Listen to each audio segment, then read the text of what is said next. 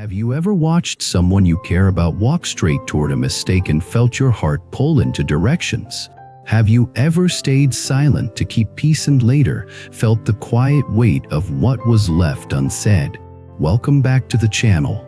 Settle in, and let us turn the simplest part of life into a path of awakening. Wisdom, karma, compassion, and steady practice. Every day we meet crossroads that look small from the outside. A sentence we choose to say or not say. A tone we choose to use. A pause we choose to take. These tiny choices shape karma in ways we do not always see at first. In the Buddhist tradition, awakening is not a distant mountain reserved for rare heroes. It is the daily work of meeting ordinary moments with clarity, compassion, and steady wisdom. Many of us rush everywhere, yet we rarely rush toward the people who gave us life. We assume there will be time later. Later is not guaranteed. Today we talk about filial love as spiritual practice, not only emotion, but awakening in action. When you care for parents with patience, you train compassion, humility, and gratitude. We will tell stories of busy adults, aging parents, regret, repair, and the quiet miracles that happen when you slow down and really see each other. Let me tell you about Elena. It happened in a busy family living room. Elena noticed an adult child who keeps postponing visits. At first it looked small, almost forgettable, but inside Elena there was a quiet ache behind the eyes. The mind started to argue with itself. One voice said, "I will go when work slows down." Another voice said, "Work never truly slows down." Then came the deeper tension, the illusion of later. When we stand at that edge, we are not only making a schedule, we are making a statement about what we value. In that moment, Eleanor remembered choosing presence, not perfectly at first, not like a saint, but enough to take one wiser step than yesterday. Here is the part most people skip. We tell ourselves a story that is very comforting. We tell ourselves our parents will always be there, sitting in the same chair, living in the same world, waiting patiently for us to show up. That story makes it easier to delay. But the truth is quieter and sharper. Bodies change, energy fades, voices become softer, memory becomes fragile. And one day you will notice something that was always invisible before. How your parents move slower, how their hands look older, how their eyes hold more tiredness than you remembered. When you see this clearly, you stop postponing love. You stopped reading family as background scenery. You begin to see them as living teachers of impermanence and compassion. In Buddhism, gratitude is a gate to merit and joy. In many Asian traditions, parents are living teachers of karma and impermanence. When you remember this, you stop waiting for perfect conditions. You start to create conditions. You plant seeds of kindness while you still can. Try this in your next real situation. When you visit, put the phone away for a few minutes and let your eyes rest on them. Presence is medicine. Do it quietly, without showing off. Over time, you will feel your nervous system soften. Your words will carry less hurry and more warmth. Let me tell you about Marcus. It happened in a city park. Marcus noticed parents who moved to the city to help with grandchildren. At first, it looked like a practical family arrangement. But inside Marcus, there was tightness in the chest. The mind started to argue with itself. One voice said they are lucky to be involved. Another voice said they are lonely in a new world. Then came the deeper tension, loneliness and identity loss. When we stand at that edge, we are not only talking about convenience. We are talking about the invisible cost of aging. When roles change and the world becomes unfamiliar. In that moment, Marcus remembered warm companionship, not perfectly at first, not like a saint, but enough to take one wiser step than yesterday. Here is the part most people skip. Older parents often do not complain directly. They do not want to be a burden. They may smile and say everything is fine, but their heart can still feel displaced. They left familiar neighbors. They left routines that gave them dignity. They may not know how to make new friends. And while the younger household is busy, the parents can become invisible, like furniture that is useful but not truly seen. Compassion means you notice the invisible. Compassion means you ask not only, "Are you helping?" but also, "Are you feeling respected?"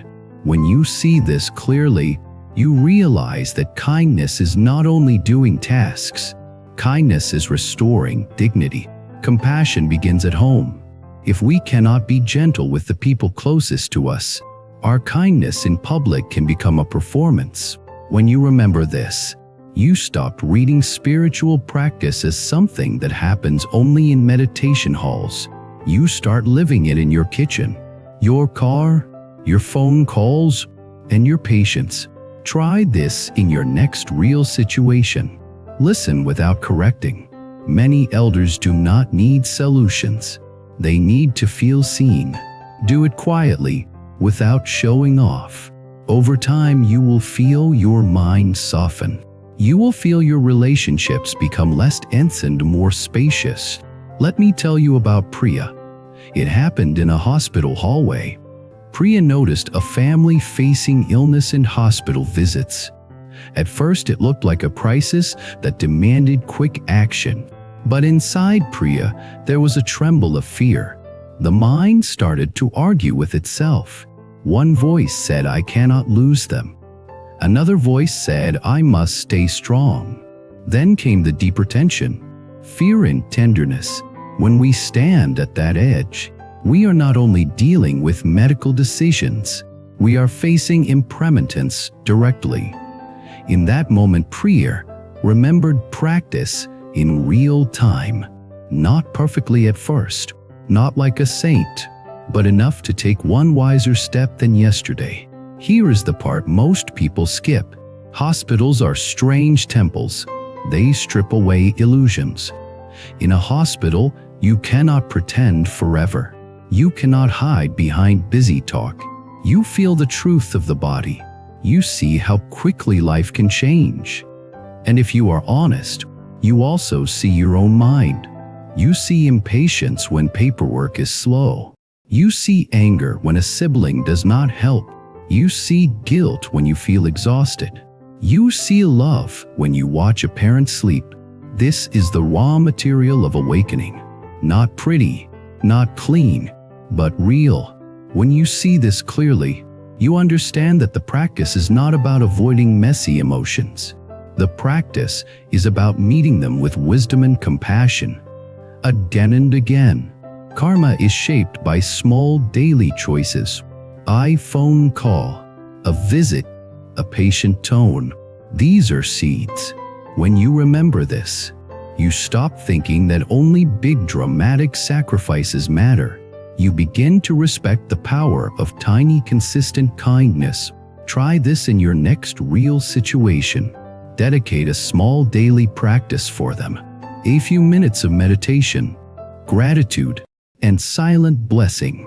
Do it quietly, without showing off. Over time, you will feel your heart become steadier. Your care will become less reactive and more spacious. Let me tell you about Daniel.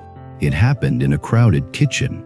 Daniel noticed a person healing old wounds with a parent.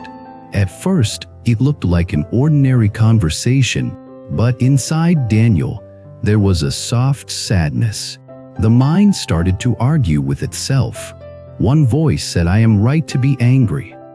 Another voice said, "I am tired of carrying this." Then came the deeper tension, resentment and forgiveness. When we stand at that edge, we are not only revisiting old memories, we are touching karma, the way pain can echo through generations. In that moment, Daniel remembered karma and reconciliation. Not perfectly at first, not like a saint, but enough to take one wiser step than yesterday. Here is the part most people skip. People think forgiveness is a gift you give to someone else. Often it is a gift you give to yourself, the gift of not being chained to the past. But forgiveness does not mean pretending nothing happened. Forgiveness does not mean allowing harm to continue. Forgiveness means you stop feeding the fire with your mind every day. You stop rehearsing the story as if it is happening now. You begin to see your parent not only as the role they failed in, but also as a human being shaped by their own fear, their own wounds, their own confusion. This does not excuse harm. It creates understanding.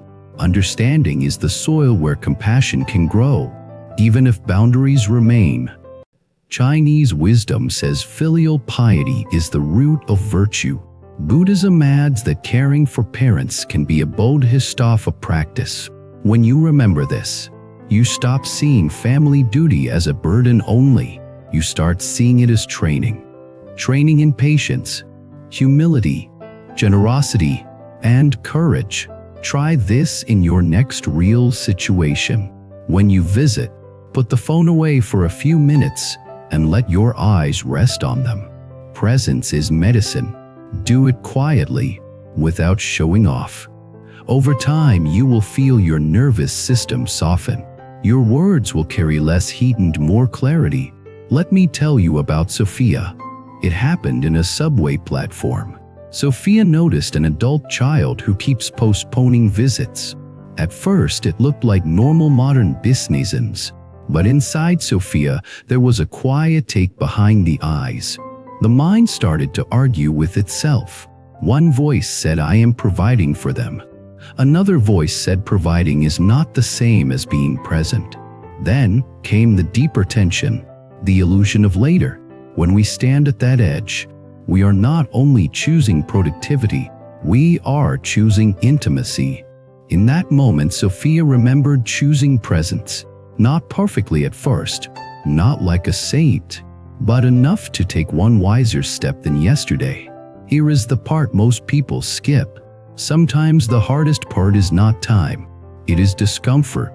You do not visit because you do not know what to talk about. You do not visit because it feels awkward. You do not visit because old conflicts are still there. You do not visit because seeing your parents' age scares you. So you hide behind work. You hide behind errands.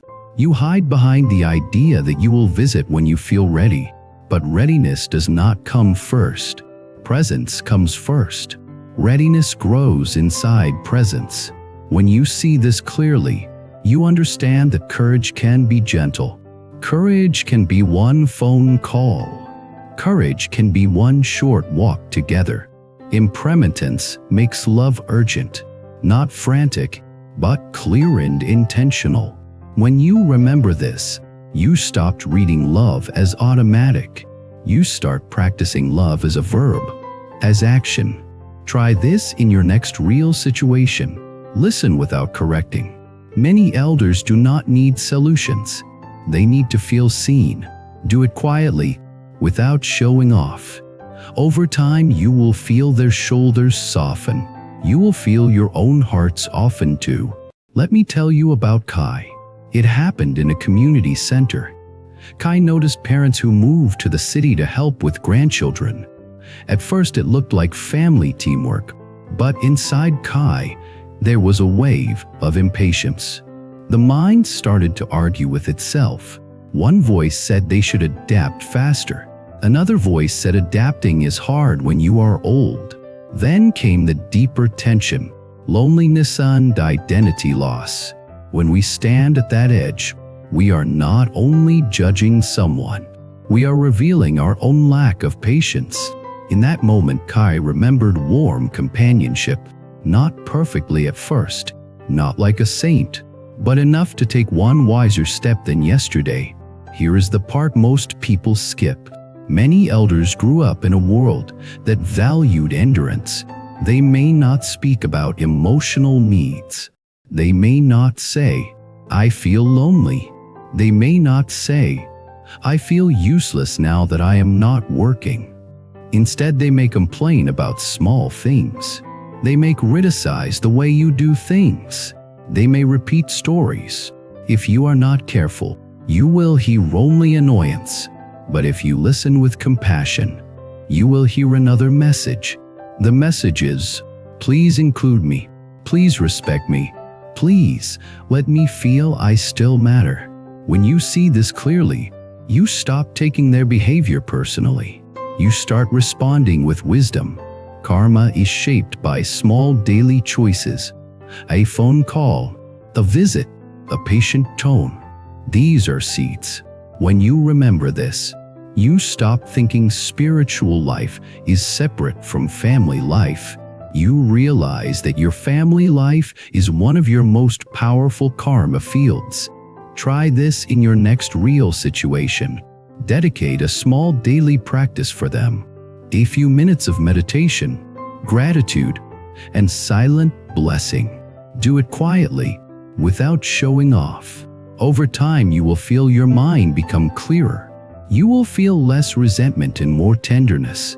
Let me tell you about Rachel. It happened in a quiet temple dining hall. Rachel noticed a family facing illness and hospital visits. At first, it looked like a storm. But inside Rachel, there was a sudden heat in the face.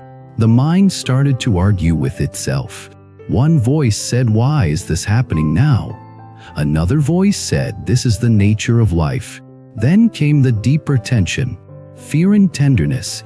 When we stand at that edge, we are not only witnessing sickness, we are witnessing how quickly conditions change. In that moment, Rachel remembered practice in real time, not perfectly at first, not like a saint, but enough to take one wiser step than yesterday. Here is the part most people skip. Caregiving reveals your attachment to control. You want a clear plan. You want a predictable outcome. You want guarantees. But life does not sign guarantees. So you practice instead. You practice patience while waiting. You practice compassion when someone is irritable. You practice humility when you cannot fix everything. You practice gratitude for small improvements. You practice equanimity when things worsen. This is not easy, but difficulty can be the fire that burns away illusions. When you see this clearly, you understand that spiritual practice is not only peaceful, it is also brave. Compassion begins at home. If we cannot be gentle with the people closest to us, our kindness in public can become a performance. When you remember this, you stop using spirituality as an escape. You bring it into your hardest relationships. Try this in your next real situation. When you visit, put the phone away for a few minutes and let your eyes rest on them. Presence is medicine. Do it quietly, without showing off. Over time, you will feel your nervous system soften. Your words will carry less heat and more clarity. I have heard so many people describe the same struggle. They say, "I was too busy, and then one day I realized how much time had passed." Or they say, "I was there physically, but mine was always somewhere else."